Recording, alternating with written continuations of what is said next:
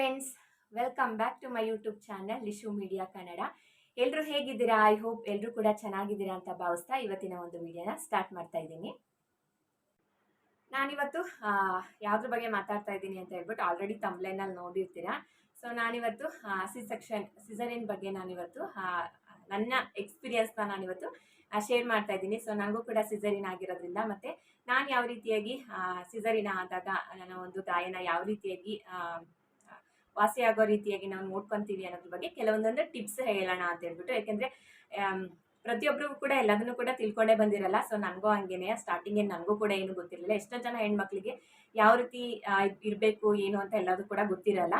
So ಹಂಗಾಗಿ ಅವ್ರಿಗೆ use ಆಗಿರಲಿ ಅಂತ ಹೇಳ್ಬಿಟ್ಟು ನಾನು ಇವತ್ತಿನ ಒಂದು ವಿಡಿಯೋನ ಮಾಡ್ತಾ ಇದ್ದೀನಿ. ಸೊ ನನಗೆ ಡಾಕ್ಟ್ರೇ ಡೇಟ್ ಕೊಟ್ಬಿಟ್ಟಿದ್ರು, 27ಗೆ ನೀವು ಬರಬೇಕು, ಅಡ್ಮಿಟ್ ಆಗಬೇಕಂತ ಹೇಳ್ಬಿಟ್ಟು. ನೋವು ಬರಲಿ ಬಿಡಲಿ, ಸೊ ನೀವು 27ನೇ ತಾರೀಕೆ ಬಂದು ಅಡ್ಮಿಟ್ ಆಗಬೇಕಂತ ಹೇಳಿದರು. ಸೊ ಹಂಗಾಗಿ ನಾವು ಇನ್ನು ಬೇಗನೆ ಒಂದು 6 ಗಂಟೆಗೆ ಬೇಗನೆ ಬನ್ನಿ ಅಂತ ಹೇಳಿದರು. ಸೊ ಹಂಗಾಗಿ ನಾವು ಇನ್ನೂ 6 ಗಂಟೆಗೆ ಹೋದ್ವಿ. 6 ಗಂಟೆ ಹೋದ್ಮೇಲೆ 6 ಗಂಟೆಯಿಂದಲೇ ನಮಗೆ ಯಾವುದೇ ರೀತಿಯಾಗಿ ನಾರ್ಮಲಿಗೆ ಟ್ರೈ ಮಾಡ್ತೀನಿ ಅಂತ ಹೇಳಿದರು. ಸೊ ಹಂಗಾಗಿ ಏನೇನು ಪ್ರೊಸೀಜರ್ ಇರುತ್ತೆ ನಾರ್ಮಲಿಗೆ ಟ್ರೈ ಮಾಡೋದಕ್ಕೆ ಅದನ್ನೆಲ್ಲದನ್ನು ಕೂಡ ಮಾಡಿದರು. ನನಗೆ ಒಂದು 2 ಗಂಟೆ 2:30 ತನಕ ಕೂಡ ಟ್ರೈ ಮಾಡಿದ್ರು, ಬಟ್ ನಾರ್ಮಲ್ ಆಗಲೇ ಇಲ್ಲ. ಏನಕ್ಕೆ ಅಂತ ಹೇಳಿದ್ರೆ ನಮಗೆ ಸ್ವಲ್ಪನಾದರೂ ಸರಿ ಪೇಯ್ನ್ ಬರಬೇಕದು. ಸೊ ಸ್ವಲ್ಪನೂ ಕೂಡ ನಮಗೆ ಪೇಯ್ನ್ ಬರಲಿಲ್ಲ ಅಂತ ಹೇಳಿದ್ರೆ ಅದು ಖಂಡಿತವಾಗ್ಲೂ ನಾರ್ಮಲ್ ಡೆಲಿವರಿ ಆಗೋದೇ ಇಲ್ಲ ನಮಗೆ.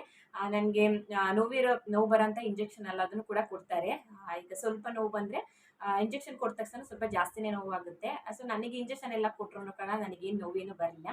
ಸೊ ಅವಾಗ 2:30 ತನಕ ನೋಡಿ ಆದಮೇಲೆ ಆಗಲ್ಲ ಅಂತ ಹೇಳ್ಬಿಟ್ರು. ನನಗೂ ಕೂಡ ಭಯ ಆಗ್ಬಿಡ್ತು. ನನಗೆ ಫಸ್ಟೇ ಹೆದರಿಕೆ ಆಗ್ತಾಯಿತ್ತು, ನನಗೆ ಹೆಂಗಿರ್ತಪ್ಪ ಏನು ಕೂಡ ಗೊತ್ತಿರಲಿಲ್ಲ ನನಗೆ. ಸೊ ಅಕ್ಕ ಆಲ್ರೆಡಿ ಒಂದ್ಸತಿ ಮೊದಲನೇ ಪಾಪುದಲ್ಲಿ ಹೇಳಿದವಳು, ಸ್ವಲ್ಪ ಕಷ್ಟ, ನಾರ್ಮಲಿಗಿಂತ ಸಿಸರಿನ್ ಸ್ವಲ್ಪ ಕಷ್ಟ ಇರುತ್ತೆ, ತುಂಬ ನೋವಾಗುತ್ತೆ ಅಂತ ಹೇಳಿದ್ರು. ಅದು ಸಖತ್ತು ಭಯ ಇತ್ತು.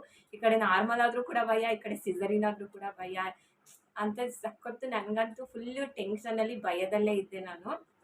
ಆವಾಗ ಇನ್ನೇನು ಆಗೋದಿಲ್ಲ ನಾರ್ಮಲ್ ಅಂತ ಹೇಳಿದಾಗ ನನಗೂ ಬೇಡ ಸಿಸರಿನೇ ಮಾಡಿಬಿಡಿ ತೆಗಿ ಅಂತ ಹೇಳಿದೆ ನಾನು ಕೂಡ.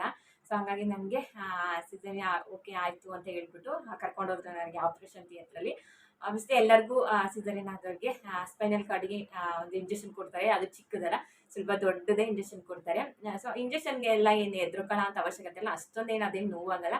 ಏನಕ್ಕೆ ಅಂತ ಹೇಳಿದ್ರೆ ನಮಗೆ ಡೈರೆಕ್ಟಾಗಿ ಹಂಗೆ ಕೊಟ್ಟರೆ ಖಂಡಿತವಾಗ್ಲೂ ಕೂಡ ನೋವು ಆಗೇ ಆಗುತ್ತೆ. ಬಟ್ ಆದರೆ ಅವ್ರು ಹಂಗೆ ಡೈರೆಕ್ಟಾಗಿ ಕೊಡೋದಿಲ್ಲ ನಮಗೆ. ಸ್ವಲ್ಪ ನಮ್ಮ ಸ್ಪೈನಲ್ ಕಾರ್ಡಿಗೆ ಸ್ವಲ್ಪ ಸ್ಪ್ರೇ ಮಾಡ್ತಾರೆ ಬೆಂಡಿಂದು. ಸೊ ಅದು ಸ್ವಲ್ಪ ಬೆಂಡ್ ಆದಮೇಲೆ ನಮಗೆ ಇಂಜೆಕ್ಷನ್ನ ಕೊಡೋದು. ಸೊ ಡೈರೆಕ್ಟಾಗಿ ಹಂಗೆ ಕೊಟ್ಟರೆ ನಿಜ ಯಾರಿಗೆ ತಡ್ಕೊಳಕ್ಕಾಗೋದಿಲ್ಲ ನಿಜವಾಗ್ಲೂ. ನನಗೇನೋ ಆ ಇಂಜೆಕ್ಷನ್ ಕೊಟ್ಟಾಗ ನನಗೆ ಸ್ವಲ್ಪನೂ ಕೂಡ ನೋವು ಅನ್ನಿಸ್ಲಿಲ್ಲ.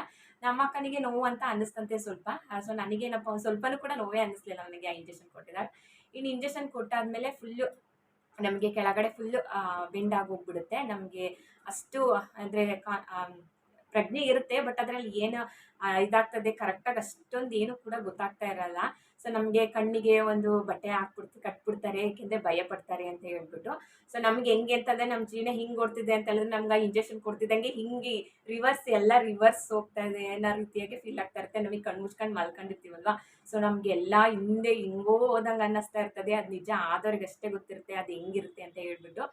ಅದಾದಮೇಲೆ ಒಂದು ಕಡೆ ಬಿ ಪಿನೂ ಕೂಡ ಚೆಕ್ ಮಾಡ್ತಾ ಇರ್ತಾರೆ. ಬಿ ಪಿ ಕೂಡ ವೇರಿಯೇಷನ್ ಆಗ್ತಾ ಇರುತ್ತೆ ನಮಗೆ ಅಂತ ಹೇಳ್ಬಿಟ್ಟು.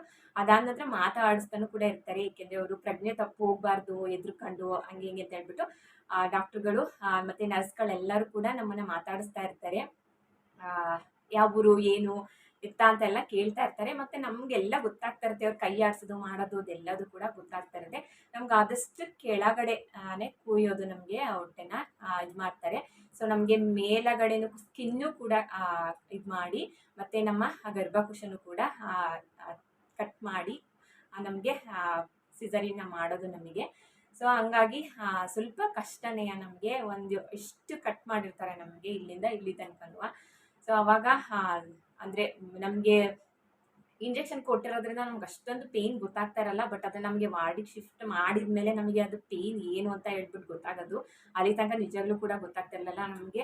ಆಪ್ರೇಷನ್ ಥಿಯೇಟರಿಂದ ಹೊರಗಡೆ ಕರ್ಕೊಂಡು ಬರ್ತಿದ್ದಂಗೆ ವಾರ್ಡಿಗೆ ಶಿಫ್ಟ್ ಮಾಡ್ತಿದ್ದಂಗೆ ನಮಗೆ ಸಿಕ್ಕಾಬಟ್ಟೆ ಚಳಿ ಆದಂಗೆ ಆಗ್ಬಿಡುತ್ತೆ. ಪ್ರತಿಯೊಬ್ಬರು ಸಿಸರಿನ್ ಆದವ್ರಿಗೂ ಕೂಡ ಹಾಗೇನೆ ಆಗೋದು.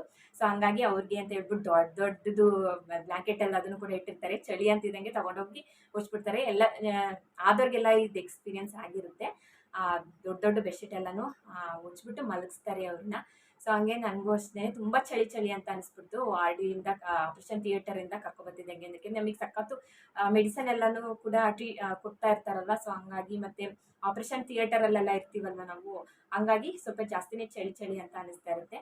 ಇನ್ನು ವಾರ್ಡಿಗೆ ಶಿಫ್ಟ್ ಮಾಡಿದ ಮೇಲೆ ಬಂದು ನರ್ಸ್ಗಳು ಹೇಳ್ತಿರ್ತಾರೆ ನಾವು ಹಿಂಗೆ ಮಲ್ಕೋಬಾರ್ದು, ಅಂದರೆ ನಮಗೆ ಅಷ್ಟು ಬೆಂಡ್ ಆಗಿರುತ್ತಲ್ವ, ನಾವು ಹಿಂಗೆ ಮಲ್ಕೊಂಡಿರ್ತೀವಿ ನಾವು. ಅವಾಗ ನರ್ಸ್ಗಳು ಬಂದು ಆವಾಗಲೇ ಆಪರೇಷನ್ ಆಗಿ ಒಂದು 2-3 ಗಂಟೆ ಆದಮೇಲೆ ಬಂದು ಹೇಳ್ತಿರ್ತಾರೆ, ನೀವು ಆ ಕಡೆ ಈ ಕಡೆ ಸ್ವಲ್ಪ ಇದು ಮಾಡಬೇಕು, ಒಚ್ಚಮಗ್ಳಿಗಾಗಬೇಕು, ನೀವು ಹಿಂಗೆ ತಿರ್ಕೋಬೇಕು ಅಂತ ಹೇಳ್ಬಿಟ್ಟು. ಬಟ್ ಆದರೆ ಜೋರಾಗಲ್ಲ, ನಿಧಾನಕ್ಕಾದ್ರೆ ಹಿಂಗೆ ಆಗಬೇಕು. ನೀವು ಸ್ಟ್ರೈಟಾಗಿ ಹಂಗೆ ಮಲ್ಕೊಂಡ್ರೆ ಅದು ಹಂಗೆ ಇಟ್ಕೊಂಡು ಬಿಡುತ್ತೆ ಹೊಲಿಗೆದು. ಹಂಗಾಗಿ ನೀವು ಸ್ವಲ್ಪ ಫ್ರೀ ಮಾಡ್ಕೋಬೇಕು. ನೀವು ಸ್ವಲ್ಪ ಆ ಕಡೆ ಈ ಕಡೆ ಜರುಗೋದು ಮಾಡೋದು ಹಿಂಗೆ ಮಾಡಬೇಕು, ಹಿಂಗೆ ಮಲ್ಕೊಂಡಿರಬಾರ್ದು ಅಂತ ಹೇಳ್ಬಿಟ್ಟು ಬಂದಲ್ಲಿ ಹೇಳ್ತಾನೆ ಇರ್ತಾರೆ. ಮತ್ತು ಬಂದು ಹೊಟ್ಟೆ ಎಲ್ಲ ಪ್ರೆಸ್ ಮಾಡ್ತಾರೆ, ಬ್ಲೀಡಿಂಗ್ ಆಗ್ತಾ ಇದೆಯಾ ಇಲ್ವಾ ಅಂತ ಹೇಳ್ಬಿಟ್ಟು. ಅವಾಗಂತೂ ಹೊಟ್ಟೆ ಪ್ರೆಸ್ ಮಾಡ್ದಾಗಂತೂ ಸಿಕ್ಕಾಪಟ್ಟೆ ಜಾಸ್ತಿನೇ ನೋವಾಗುತ್ತೆ. ಇನ್ನು ಎಲ್ಲ ಹಾಸ್ಪಿಟಲಲ್ಲಿ ಹೆಂಗೋ ಏನೋ ನನಗೆ ಗೊತ್ತಿಲ್ಲ, ಬಟ್ ಆದರೆ ಮಂಗಳ ಹಾಸ್ಪಿಟಲಲ್ಲಿ ಮಾತ್ರ ನಮಗೆ ಸಿಸರಿನ್ ಆಗಿರುತ್ತಲ್ವ, ಅವತ್ತು ಒಂದಿನ ಬಿಟ್ಟು ಇನ್ನು ಕಂಟಿನ್ಯೂಸ್ ಆಗಿ ನಾವು ಎಷ್ಟು ದಿನ ಹಾಸ್ಪಿಟಲ್ ಇರ್ತೀವಿ ಅಷ್ಟು ದಿನವೂ ಕೂಡ ನಾವು ಸ್ನಾನ ಮಾಡ್ಕೊಳ್ಳೇಬೇಕು.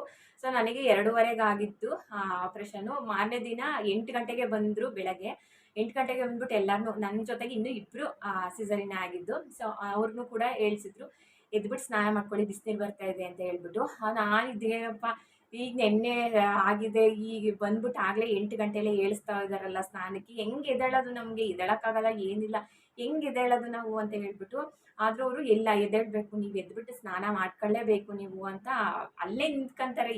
ಎದ್ದೇಳೋ ತನಕ ಬಿಡೋದೇ ಇಲ್ಲ, ಬೈತಾರೆ, ಎದೇಳಿ ಅಂತ ಹೇಳ್ಬಿಟ್ಟು. ಮತ್ತು ನಮಗೆ ಐಸಿನಲ್ಲಿ ಇಟ್ಟಿರೋದ್ರಿಂದ ನಮಗೆ ಹಿಂಗೆ ಸಡನ್ನಾಗಿ ಹಿಂಗೆಲ್ಲ ಎದ್ದೇಳೋದಕ್ಕಾಗೋದಿಲ್ಲ. ಅವಾಗ ಬೆಡ್ಡಿಗೆ ಒಂದು ಇದು ಕೊಟ್ಟಿರ್ತಾರೆ, ತಿರುಗಿದ ತಕ್ಷಣ ಬೆಡ್ಡೆ ನಮ್ದು ಹಿಂಗೆ ಎಳಿಸಿ ಹಿಂಗೆ ಕೂರ್ಸೋ ಥರ. ಸೊ ಹಂಗೆ ಕುತ್ಕೊಂಡಾದ್ಮೇಲೆ ನಾವು ಹೋಗಿ ಸ್ನಾನಕ್ಕೆ ಎದ್ದೋಗ್ಬೇಕು. ಆವಾಗ ನನಗೆ ಸಡನ್ನಾಗಿ ಎದ್ದು ನಿಂತ್ಕೊಂಡ ತಕ್ಷಣ ಸಿಕ್ಕಾಬಟ್ಟೆ ತಲೆ ಸುತ್ತು ಬಂದ್ಬಿಡ್ತು. ಸೊ ಹಂಗಾಗಿ ನಾನು ನರ್ಸಿಗೆ ಸಿಕ್ಕಾಬಟ್ಟೆ ತಲೆ ಸುತ್ತುತ್ತಾ ಇದೆ ಅಂತ ಹೇಳ್ಬಿಟ್ಟು. ಅವಾಗ ಅವರು ಒಂದು 10 ನಿಮಿಷ ಕುತ್ಕೊಂಡು ರೆಸ್ಟ್ ಮಾಡಿ ಅದಾದ ನಂತರ ಸ್ನಾನಕ್ಕೆ ಹೋಗಿ ಅಂತ ಹೇಳಿದ್ರು. ಆಮೇಲೆ ಸ್ನಾನಕ್ಕೆ ಹೋದ್ಮೇಲೆ ಅವಾಗೇನು ನಮಗೇನು ಮಾಮೂಲಿ ದಿನಗಳೆಲ್ಲ ಮಾಡ್ಕೋತೀವಲ್ಲ ಹಂಗೆಲ್ಲ ಅಲ್ಲ, ಜಸ್ಟ್ ನೀರು ಹಾಕೊಂಡ್ಬಿಟ್ಟು ಬರೋದು. ನಮಗೆ ನೀರು ಬೀಳಬಾರ್ದು ಅಂತ ಹೇಳ್ಬಿಟ್ಟು ಹೊಲಿಗೆ ಅದಕ್ಕೆ ಸ್ವಲ್ಪ ಹತ್ತಿನ ಹಾಕ್ಬಿಟ್ಟು ಅದಾದ ನಂತರ ಬ್ಯಾಂಡೇಜ್ನ ಹಾಕಿ ಇದು ಮಾಡಿದ್ರು, ಕವರ್ ಮಾಡಿದ್ರು, ಯಾಕೆ ನೀರೇನು ಬೀಳಬಾರ್ದು ಅಂತ ಹೇಳ್ಬಿಟ್ಟು. ನಾನು ಫಸ್ಟ್ನೇ ದಿನ ಸ್ನಾನ ಮಾಡ್ಕೊತಿದ್ದಂಗೆ ಅದು ಸ್ವಲ್ಪ ಬಿಚ್ಕೊಂಡ್ಬಿಡ್ತು. ನನಗೆ ಸ್ವಲ್ಪ ಭಯ ಆಯ್ತು, ಏನಕ್ಕೆ ನನಗೆ ಗೊತ್ತಿಲ್ಲ, ಅದೇ ಹೊಲಿಗೆ ಅಂತ ಅನ್ಕೊಂಡ್ಬಿಟ್ಟಿದ್ದೆ ನಾನು. ಆದರೆ ಅದು ಬ್ಯಾಂಡೇಜ್ ಹಾಕಿದ್ದು ನೀರು ಬೀಳಬಾರ್ದು ಅಂತ ಹೇಳ್ಬಿಟ್ಟು. ಅದಾದ ನಂತರ ನರ್ಸಿಗೆ ಹೇಳಿದ್ಮೇಲೆ ಅವ್ರು ಬಂದ್ಬಿಟ್ಟು ಮತ್ತೆ ಅದಕ್ಕೆ ಬ್ಯಾಂಡೇಜ್ ಬೇರೆ ಹೊಸದನ್ನು ಹಾಕಿದ್ರು.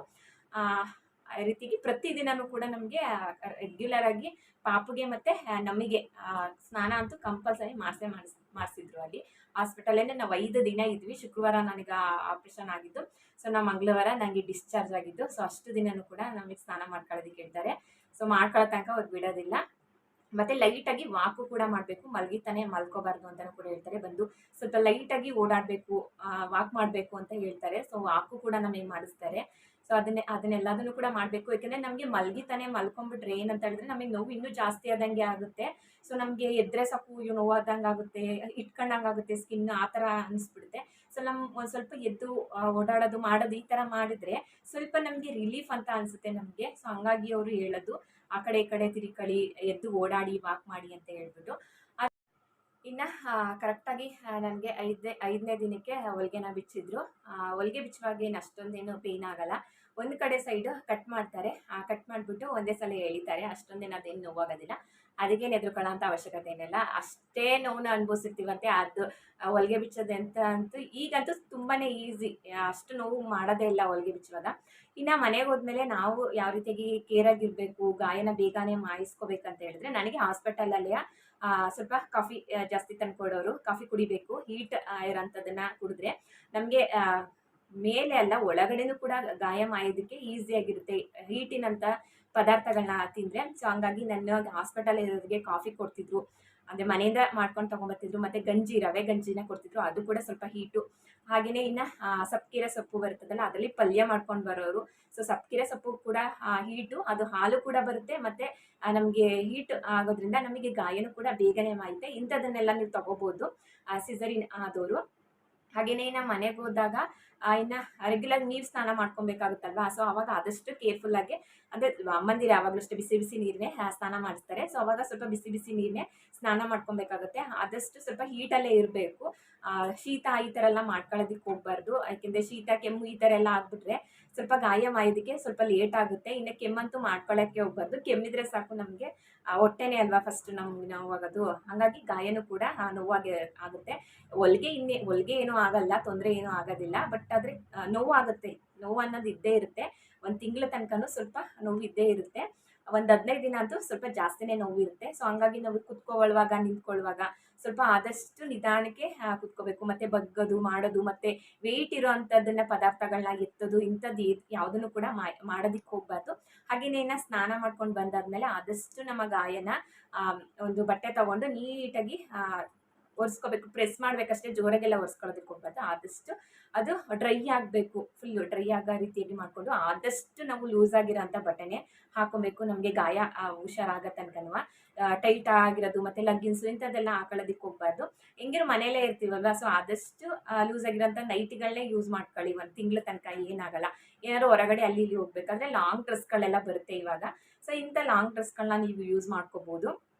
ಈ ರೀತಿಯಾಗಿ ನಾನು ಕೂಡ ಒಂದು 4-5 ಜೊತೆ ಬಟ್ಟೆ ಇಟ್ಕೊಂಡಿದ್ದೆ. ನನ್ನ ಮಗಳು ಪ್ರೆಗ್ನೆಂಟ್ ಆದಾಗಿಂದ ಡೆಲಿವರಿ ಮುಗಿದು ಒಂದು 2 ತಿಂಗಳ ತನಕ ನಾನು ಅದನ್ನೇ ಒಂದು 4-5ನೇ ನಾನು ಹೆಚ್ಚಾಗಿ ಆದಷ್ಟು ಫ್ರೀ ಸೈಜ್ ಇರೋಂಥದ್ದೇ ನಾನು ಇಟ್ಕೊಂಡಿದ್ದು.